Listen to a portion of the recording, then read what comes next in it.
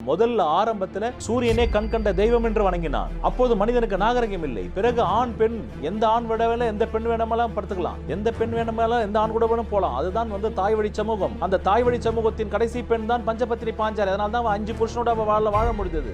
இன்னொன்னு காமசூத்திரத்துக்குள்ள போனீங்கன்னாக்கா ஒரு பெண்ணை திருப்திப்படுத்துறதுக்கு 5 ஆண்கள் தேவை. ஒரு பெண்ணை ஒரு ஆணால் திருப்திப்படுத்த முடியாது. காரணம், ஒரு ஆணிற்கு விந்து வெளியேற்றம் வந்த உடனே அந்த பெண்ணுக்கு ஆரம்பமாகிவிடும். அந்த பெண்ணுக்கு 4-5 மணி நேரம் கூட வந்து அந்த ஆர்காசம் ஃபீல் இருக்கும். உங்கள் வாழ்க்கையில் விடை காண முடியாத கேள்விகளுக்கு விடை சொல்ல வருகிறார் The one and only Hattrick Success Astrologer in India.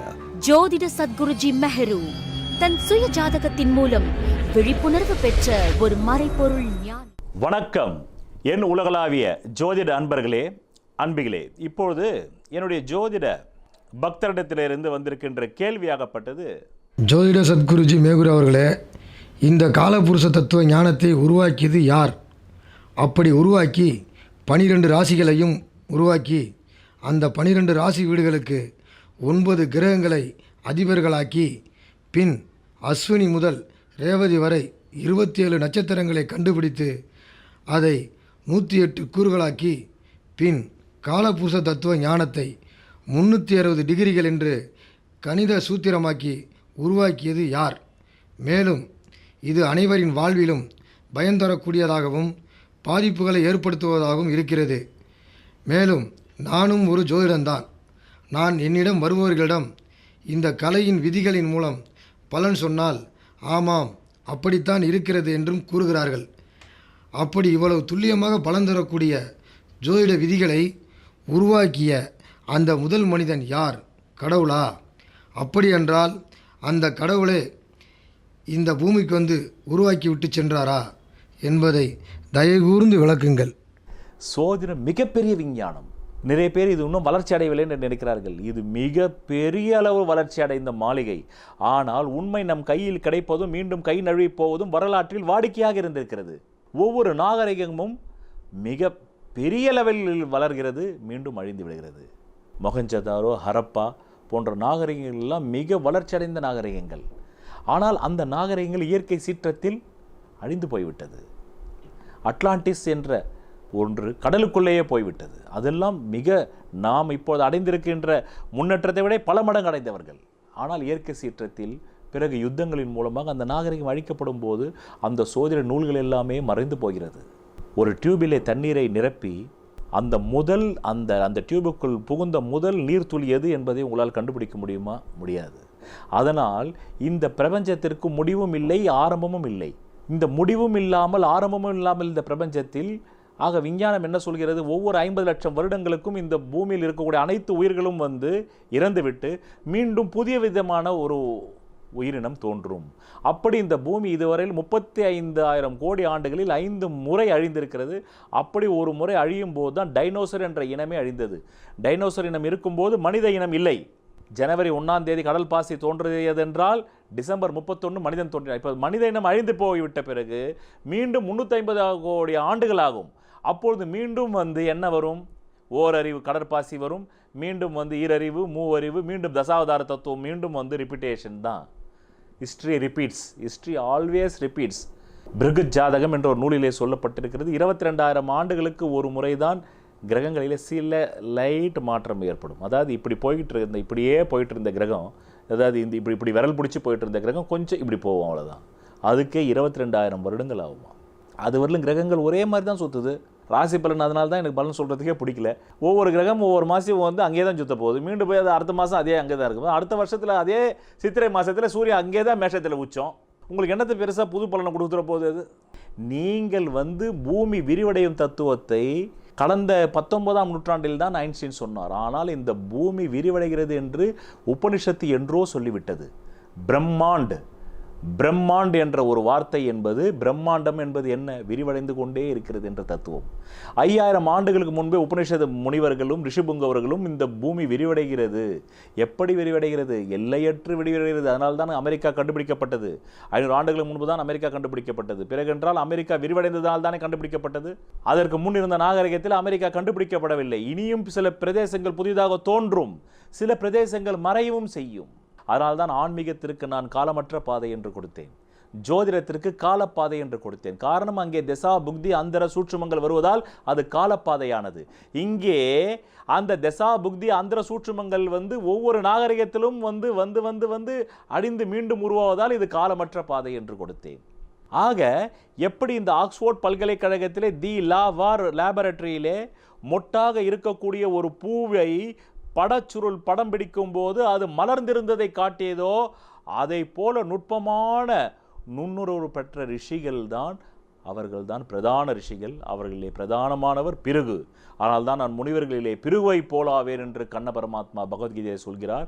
அப்படிப்பட்ட ரிஷி என்ற மனிதர்கள் அந்த பிரபஞ்ச தாக்கத்தை நேரடியாக உணர்ந்து அதை மந்திர சொற்களாக கடித சொற்களாக உருவாக்கியது தான் இந்த கால புருஷ தத்துவ ஞானம். இந்த கால புருஷ தத்துவ ஞானம் அதைத்தான் அவர்கள் சித்திரை 1ஆம் தேதி மேஷத்திலே வருகிறான் சூரியன், 30 நாட்கள் இருக்கிறான். பிறகு ரிஷபம் என்ற எல்லைக்குள் அவன் கிட்டத்தட்ட ஏப்ரல் 14 டு மே 14 அதுவரையிலும் இருக்கிறான். பிறகு மே 15 அன்று அவன் ரிஷப எல்லைக்கு வருகிறான். அது வைகாசி என்றார்கள்.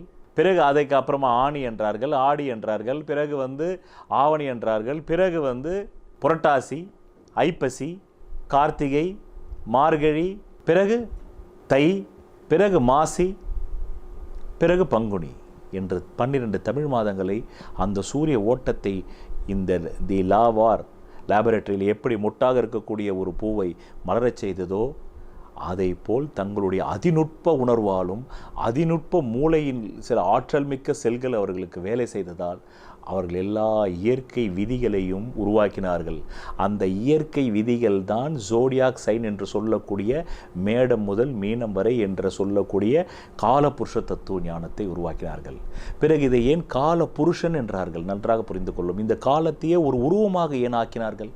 அவர்கள் ஆக்கியது 5000 ஆண்டுகளுக்கு முன்பு. நன்றாக புரிந்து கொள்ளுங்கள்.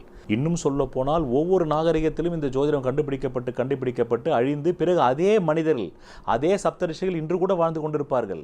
அதே அன்றைக்கு பிறகு மனிதர் அத்தோடு அவர் நின்று விட மாட்டார். அவர் ஆசைப்பட்டால் மீண்டும் ஒரு உருவம் எடுப்பார். பிறகு மீண்டும் அப்படிப்பட்ட மனிதர்கள் வந்துதான் இந்த ஜோதிடத்திற்கான சூத்திரங்களை மீண்டும் ஆழமாக செய்து நாகரிகத்திற்கேற்ப செய்து அந்தந்த அப்டேஷனில் செய்து கொண்டிருப்பவர்கள் எல்லாமே அந்த ரிஷி புங்கவர்கள் மீண்டும் பிறப்பெடுத்து வந்தவர்கள் தான்.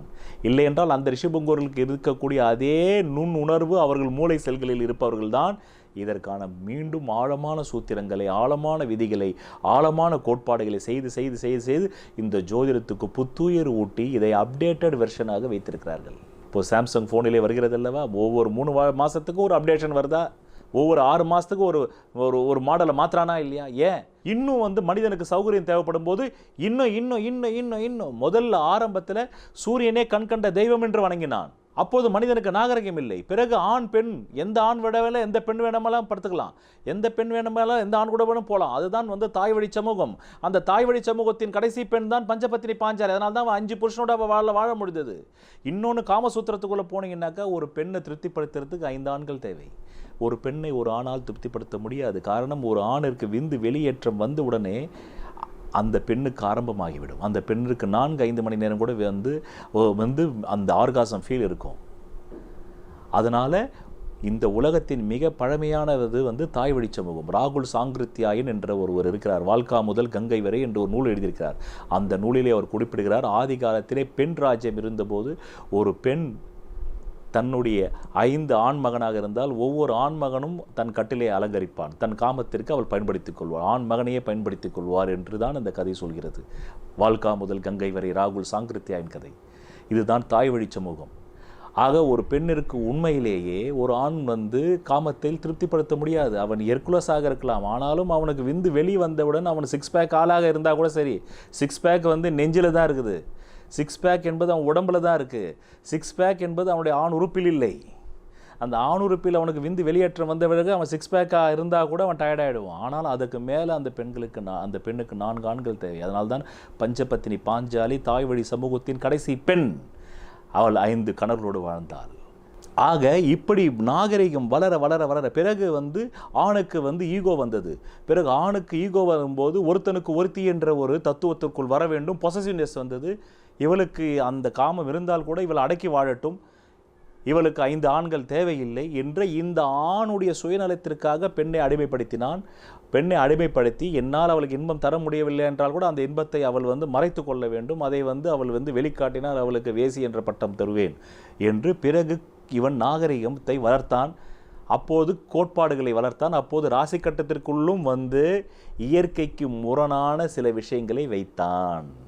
அதனால்தான் இன்று வரையிலும் சில பேர் ஜோதிடத்தில் கேட்பார்கள், நாங்கள் 10 பொருத்தம் பார்த்தோமே, நாங்கள் தசவித பொருத்தம் பார்த்தோமே, இருந்து ஏன் அந்த பொண்ணு இன்னொரு ஆணோட ஓடனா, ஏன் இந்த ஆண் இன்னொரு பாட்டியை வச்சுக்கிட்டா, அப்போ அந்த ஜோசியர் சரியாக ஜோசியம் பார்க்கலையா, இல்லை அந்த ஜோசியருக்கு சரியாக ஜோசியம் தெரியலையான்னா உங்களுக்கு ஜோசியம்னாலே என்னென்னு தெரியாது, ஜோதிடம்னாலும் என்னென்னு தெரியாது.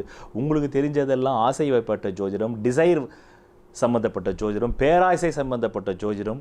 ஒவ்வொரு நாகரிக காலத்திலும் மனிதன் எதையெல்லாம் விரும்பினானோ அதையெல்லாம் ராசி கட்டத்திற்குள் புகுத்தினான். ஆதியில் சூரியனே கண் கண்ட தெய்வம் என்றுதான் ரிஷிபுங்கோர்கள் வணங்கினார்கள். பிறகு அவனை இந்த உலகத்தையே கால புருஷனாக்கினார்கள்.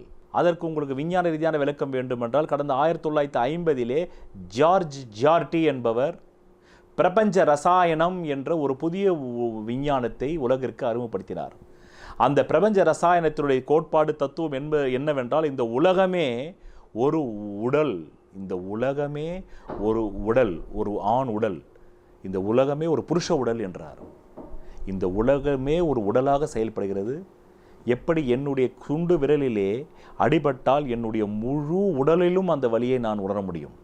என் கால் கட்டை விரலிலே ஒரு முள் குத்தினால் போதும், என் கால் கட்டை விரலிலே ஒரு முள் குத்தினால் கூட என்னுடைய தலை அதை உணரும். என் கால் கட்டை விரலிலே ஒரு முள் குத்தினால் கூட எனக்கு தலையில் வலி வரும்.